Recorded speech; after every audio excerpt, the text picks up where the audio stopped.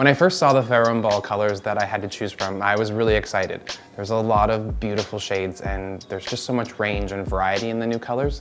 There was just no going wrong. The first color I chose was called Bancha. It's a rich, earthy green. It has a lot of olive in it and it's quite mid-century inspired, but it has this depth that was screaming to be put on the walls. This color inspired me to create a cozy den, maybe a room that you use more in the evenings where you light a fire and work late into the night. I decided to paint the fireplace Trayron. It's a beautiful shade of green that has a lot of gray and neutral tones in it, and when paired next to the Bancha, it does feel more neutral, but it's still a pretty saturated color on its own. I also like the use of mid-century inspired furniture. The armchair is quite slick and simple, and same with the desk. The proportions and the lines, they're all quite contemporary, but then they pair so beautifully with the rich tones on the walls.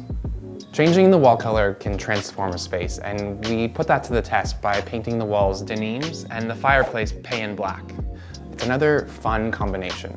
I changed a couple of accessories, a pillow, a small vase, but it just shows that the room is totally transformed, mostly by changing the wall color.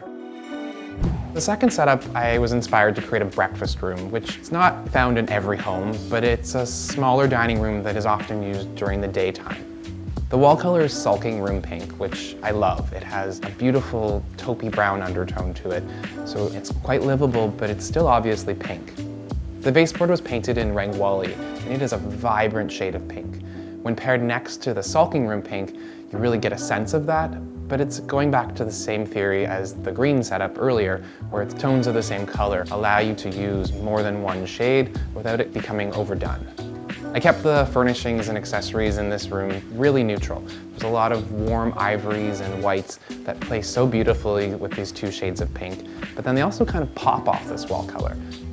This breakfast room, to me, is just a really pretty but fun, old school decorator inspired, pairing colors that don't quite go together, but in a good way, and really playing off that in terms of the look.